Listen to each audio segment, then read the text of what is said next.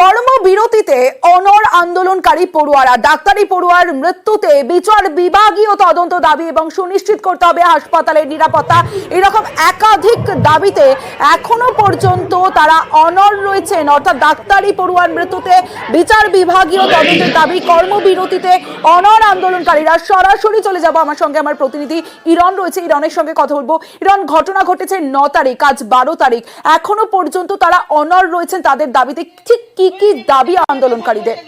কেন তার সাথে কেউ থাকলো না? কেন কেন কেন চেস্টের এই ছবি চেস্টের অন্য ফ্যাকাল্টিরা কেন বল করেনি যে আজকে তার ডিউটি আছে?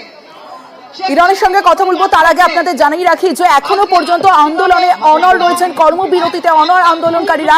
ডাক্তারি পড়ুয়ার মৃত্যুতে বিচার বিভাগীয় তদন্তের দাবি করেছেন আন্দোলনকারী চিকিৎসকরা, যারা আন্দোলন করছেন সুনিশ্চিত করতে হবে হাসপাতালের নিরাপত্তা।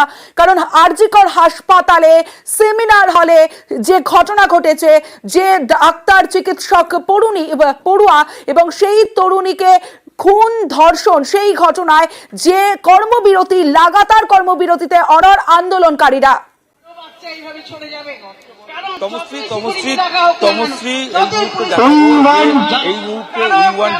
এই স্লোগানিং চলছে এবং তারা কর্মবিরতিতে অবস্থানে অনড় রয়েছেন।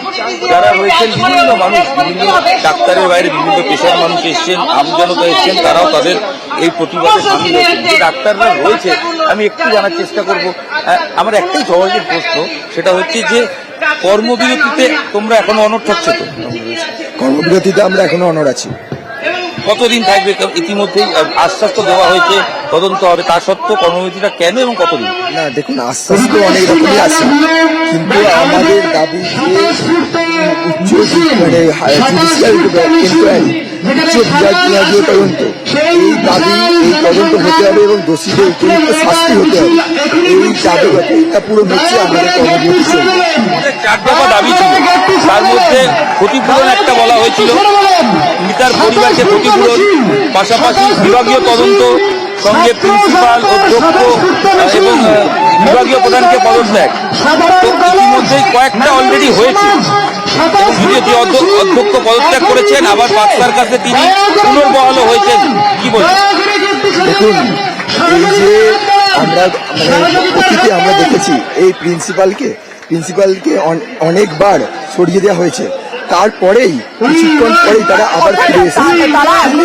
তীব্র বিরোধিতা করছেন। অন্যদিকে জেলা থেকে সরাসরিতে এবার যে ছবি দেখাবো আপনাদের, যে ছবি আপনারা দেখছেন, কলেজ স্কোয়ার থেকে আরজিকর পর্যন্ত মিছিল, যে মিছিল আরজিকরের ঘটনা, সেই ঘটনার প্রতিবাদে মিছিল। আর এই মিছিলে কারা সামিল ছিলেন? জুনিয়র ডাক্তাররা, সিনিয়র ডাক্তাররা, ইন্টার্নরা, নাগরিক সমাজের মিছিল, পড়ুয়া, সিনিয়র ডাক্তার প্রত্যেকে আজ মিছিল করেন। কলেজ স্কোয়ার থেকে আরজিকর পর্যন্ত মিছিল করেন তারা।